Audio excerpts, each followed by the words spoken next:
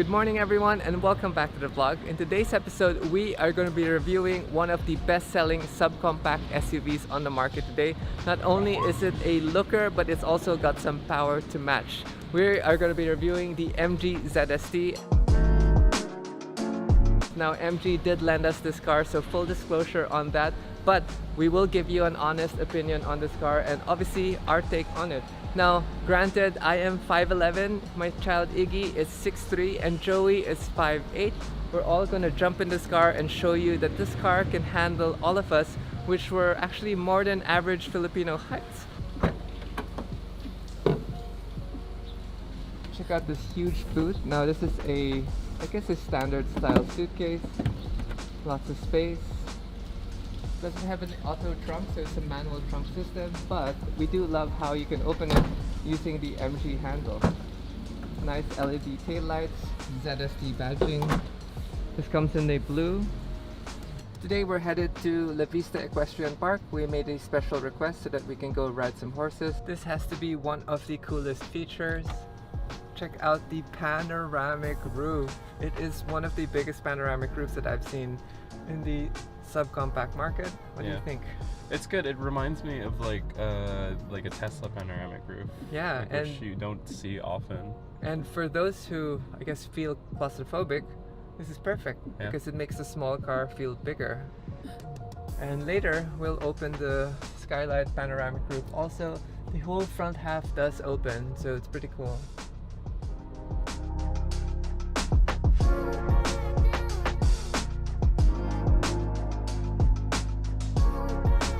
What do you think so far? So far, so good. Smooth ride. Yeah. Transmission's fairly good. Yeah. Now the ride comfort, I wouldn't say it's the softest in the industry, but it is compliant. The road noise from the cabin is actually fairly low. We are running on Michelin Primacy tires. I've never actually heard of the Primacy model because normally we run the Pilot Sports for these sports cars. So far so good. Apple CarPlay seems to be working flawlessly with your phone. For my phone, it seems to be dropping out. And then yeah, comfort-wise, I feel pretty comfortable. Yeah, I mean, yeah, being 6'3", it's hard finding cars that I fit in, and this was surprising, but I actually have. Yesterday when the car was delivered, you were like, space. You were like, am I gonna fit? Yeah. And we actually had to pre-test everything just to make sure that, you know, we don't want to torture Iggy, right? Yeah. Chop off his legs. But anyway, last night we were also going through the alternatives for the subcompact industry market, and honestly, no BS, this car looks one of the best in terms of the classes that we saw. And I don't want to name the other brands because I don't want to downplay or downtalk any of the other brands, but this car is a looker. And I think, you know, style-wise, give MG a thumbs up. If you guys didn't know, MG also means Morris Garage, which is now actually a China-owned company, but MG is a British marquee. So just to give you guys brief background, look, we're gonna open it, just twist this knob.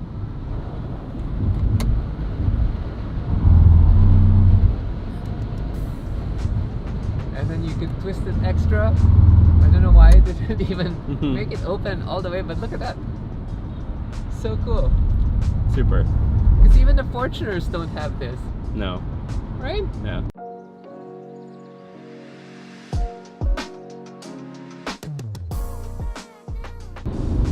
Guys, what are the chances? That is the MG ZS without the turbo, and you can see now the differences of the car.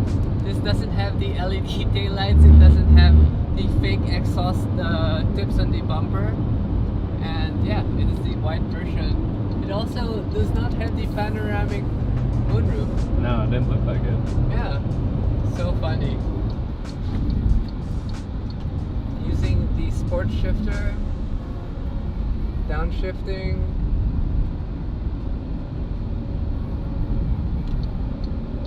Now we have second gear boosting.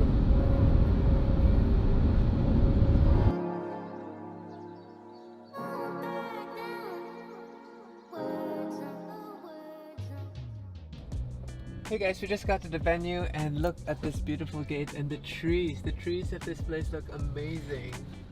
so happy to be here. Thank you so much to Marides for inviting us and letting us use her horse, Flores, and we're actually renting 2 other horses. I guess that's Edlin. Oh, how beautiful! Look at that! Wow! Oh, Whoa. What country did you just Good morning, Pa! morning. Wow!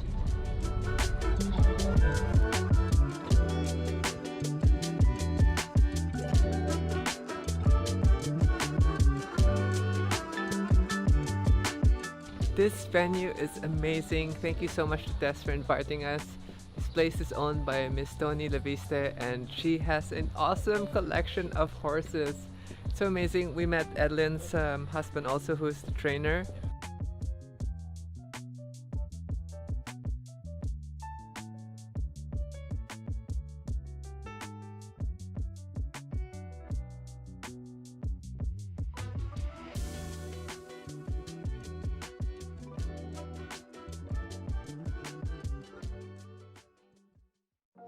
What an amazing day. Thank you so much to Marites for inviting us here at the Leviste Farms. Thank you also to Tony Leviste for letting us use this venue and riding some horses and renting them. I'm so happy to be here. Iggy and Joey truly enjoyed themselves, but now we're gonna go through the car review. First off, starting with the front of the MG ZST or ZST as they say. The grille and the front fascia, in my opinion, there's nothing like it. For this price point at $1,158, I don't think you can beat anything in terms of the looks. Doing with the headlights, the DRL system with the LED headlights are pretty updated and pretty bright. Along with the obsidian grille, this looks pretty good. I love that they didn't actually use any chrome for the front trim. Moving to the side, we have the 17-inch Tomahawk design wheels wrapped in Michelin Primacy rubber. And I like how they did the red caliper. Even though it's not a piston style caliper, it's a sliding caliper, it still looks pretty sporty. Now moving over to the side of the car, you have the black mirror cap with the signal light here. That's pretty cool. Over here we have the aluminum polished rail. I think this satin finish fits the car. And then we have some chrome trim here along with the handle. There's a locking system over here so that in case you need to enter without using the key, you can just press that. So moving over to the rear also looks good in terms of business as usual. The only thing I didn't like was the fake exhaust chrome tips. Now the exhaust is actually just pointed down underneath the car. The fake exhaust tip in the back just tries to make the whole rear design more symmetrical, and I love how they have sort of a rear diffuser style design. Now the engine in the ZST is a 1.3 liter turbocharged 3-cylinder engine, again hooked up to a 6-speed automatic gearbox. The gearbox is very smooth, although the kickdown when you're shifting from a higher gear to a lower gear, it's actually a little slower than expected. But then again, this is an economy compact SUV, so you can't expect that much from it. But I'm telling you, if you research on the other subcompact SUVs on the market, you're not going to find anything that's prettier than this face. This looks very good. Now moving to the roof for me is one of the key highlights. The very expansive sunroof is super big. Now I was asking our videographer how much he thought the car was worth, and he was saying like 1.5, 1.6, when in reality it's 1,158 something, somewhere there. Now granted, MG in the Philippines is handled by the Covenant Car Company. They are a 5-star distributor company, meaning they're rated at the highest rating for service awards. So pretty much very reliable. The MG also does come with a 5-year warranty or 100,000 kilometers, whichever comes first. So you're rest assured that when you're using this car, that you have that solid feeling that the company is behind it, backing their product with the quality assurance. Now let's move over to the interior, because the interior of this car was very surprising. When Iggy first saw the car, he was a little scared that he was going to be a bit cramped, a bit tight, being that he is 6'3", 220 pounds. We were thinking that, oh, this might be a tight fit. I am 5'11", although I am about 140 pounds, so for me, it wasn't such an issue. But for him, we were figuring out like, okay, will we fit? But when we did the test fit, everything was fine. I could sit behind him and sit comfortably and not forcing myself. This morning when we were asking Joey said that her knees weren't even touching the back of the front seat, so pretty good there. Now let's go to the inside, because the inside is where the party is at. Over here, I have a 1.4 liter water bottle, which fits comfortably in the side buckets. So look at that. Now, the center does have smaller cup holders, but they're not that useful. I would use that more for your phone or for some coins or the key. But this one right here, you have enough space for a 1.4 liter bottle and also a little more space for some junk food. Now, simple trim, this is all vinyl. Now, they didn't have to do the faux carbon, but the faux carbon looks good again with the red stitching. Now, the red continues to the inside of the cabin from the interior to the dashboard. So now I'm sitting in the driver's seat. I can raise the seat up and down and front and back and recline it. Now, the other seat, which is the passenger seat, is actually a manual chair. Over here, we have the side mirror controls, and these are the levels for the headlights, our fuel cap and hood opener down here. Now this car does have cruise control, which is over here. We have a adjuster which raises the steering column up and down, but it does not do any telescopic features. We have the headlights and signal light controls over here. The left side of the steering wheel is the radio function along with the source function and the, I think, cell phone drop and mute button. Over here on the right side, we have the controllers so that we can toggle the digital display dash. Now, the dash is actually quite nice because it is very clear and very precise with the information. It doesn't give you unnecessary information that will distract you. One of the key highlights that MG did tell me was the 10-inch infotainment system. The previous ZS model, which wasn't a turbo, actually only had an 8-inch model, and I'm guessing much slower. This also comes with a start button feature rather than a key ignition. And then also one of the highlights that I think is pretty cool is the 4 USB ports. So basically each passenger who has a cell phone gets to charge. There's only one port though, which supports Apple CarPlay and Android Auto. Now the sound system for me is maybe a little on the thin side, where we do lack some bass in the sound system, but it's not bad overall. Now the steering wheel is connected to an electronic power steering wheel, and it's pretty light and maneuverable. In the highway, I actually didn't have any complaints with it. Now over here we have a little cubby hole for your shades, and obviously the courtesy lights. Here we have a nice mirror so you can check on your face. And then this is the controls for the moonroof. Now we do have a sunshade that you just press there, and it brings the sunshade back and forth. But right now we're gonna keep it open because it's nice and beautiful day today. So here we just twist the knob and the whole sunroof just goes back on its own. It's pretty quick, and to my experience, this is actually fairly big. Now, if you think that's big already, you can actually twist it one more time and it's gonna open even further. I actually don't know why they didn't just max it out to begin with. But the steering wheel is not a circular steering wheel. It's got that sort of F1 vibe where it's got the flat bottom. Now, for tall people like me, it does make sense because it doesn't hit my knees. So that's a pretty cool innovation. The red stitching continues to the inside of the steering wheel, down to the column and down to the shifter. There is an embroidered logo of MG on the shifter, which is pretty cool. So there's no paddles in this MG also. You can just drop down and then go to the right, and you have the manual mode where you can actually select the gears on your own. The touchscreen module isn't as slow, so it's pretty responsive. When you press like the 360 view, you can get a overall picture of where the car is, especially for parking in narrow, tight spaces. It's pretty useful. It also does turn on automatically when we drop to reverse, like so. Now, also on the passenger side and the rear sides, you also have this big cubby hole which fits a ton of stuff. And then we have our glove box with this little cute red carry case with an MG logo. It almost reminds me of like a Rimowa case in that sense. Now, they have the Morris Garage emblem there with the MG, and then you get your owner's manual included here. And when I was mentioning to you guys the key, now this is very rare. Normally when the keys come, they're just black and chrome. Having a red highlight, I think pretty cool. It's a nice touch, especially because it matches the rest of the interior trim. Now the center cup holders, again, as I said, are pretty useless. Maybe they fit those 300 to 250 ml bottles, but anything bigger than that, they will not fit. But for coins and stuff, no problem. Now you do have this removable option here, which would fit maybe bigger cups, but then again, you have these side cups, so I guess with your Starbucks latte, it would fit without this holder.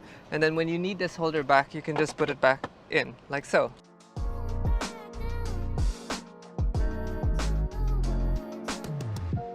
The car has 6 airbags to my knowledge. We have an airbag here for the driver, an airbag here for the passenger, 1 airbag on the side of the seat, and 1 airbag on the pillar as a curtain. So in terms of crash rating, according to the Australian Crash Rating Society, the previous ZS model was already 4 out of 5 stars, and I'm guessing because this is the newer model, they've improved that feature, so it might be a 5 over 5 stars. We're gonna have to wait for the final announcement on that. Now, moving to the 10-inch infotainment system, it's pretty cool because it supports Apple CarPlay and Android Auto. You do control the rest of the car features here as well as the climate control. Now, the system is pretty responsive, it's not laggy or slow, and the interface looks very nice. I do find it a little bright though sometimes in the evening, so there is an option to actually just turn it off. Now, when you do need it again, you just need to press it again, and voila, it's over there. Now, when you're doing the reverse system, you can actually press 360 here or 360 down there, or just put it in reverse. I don't know why you need so many 360 buttons. I guess it's one of the key highlights they didn't want to show in the car. So as you can see here, I can see the cars, what it's seeing on the reverse side, and then an overall picture also of the top. You can go into 3D mode and actually get different angles of the car, just in case you want to know what's beside your car if you can't see through the window. There are some other key features when you go into setup where you can customize a few things. I have tuned the radio just a little by adding some more bass to the system, but then again, as I said, it does lack maybe a subwoofer in that sense. But for this price point, I'm not sure if any of the other competitors do have the sub included with them. Now, the car does support Bluetooth also, so in case you didn't plug your cable into the system, you can still stream music as well. So pretty nifty there. The attention to detail doesn't stop in the dashboard. It continues all the way to the seats. Now, MG did not have to add all these extra things. They embroidered the MG logo on the headrest, and then look, the panels usually in the base model cars are flat, but this has contours and other faux carbon with the red stitching. I think, you know, the detail to quality and attention was pretty much well thought of. It wasn't something that they just like put together and said like that will do. They really wanted to make the car feel a little more special.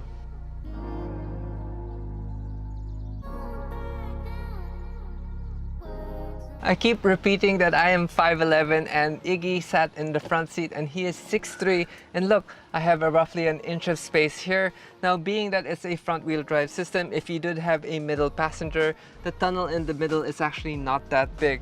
Now, you also have the cubby bins extended here, which you can put, again, the 1.5 liter bottle. The fake vinyl and faux carbon extends all the way to the rear seats as well. Now, being that I'm really tall, I don't feel any more claustrophobic because the headroom for the crossover SUV market has really improved. And also you have a grab handle here in case your driver's a nutcase like me, and you have this nice beautiful moonroof, which means you really don't feel the tininess of the car, and honestly it doesn't feel tiny at all.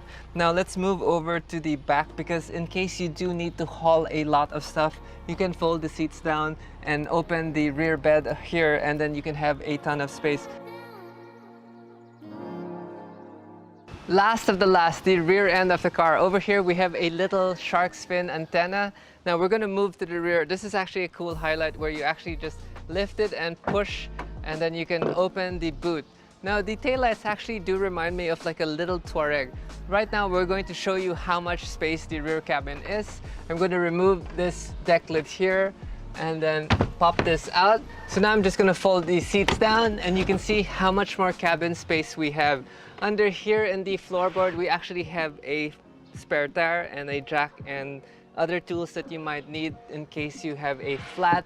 And then over here on the sides, again, just more space. Now, generally, the rear deck is actually fairly big if you remove the cover. Now, I'm really surprised with this car, and I'm going to give my closing remarks as we drive back into the city and actually use the car for some errands within the day.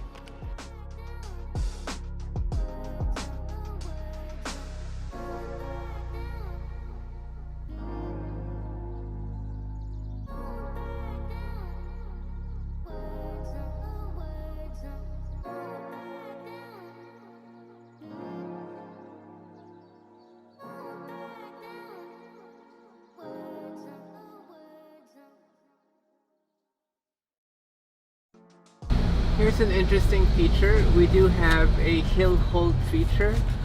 So in case we were to stop here on the hill, hold the brake, and as we let off the gas and the brake, as we let off the brake, it holds the car on the hill.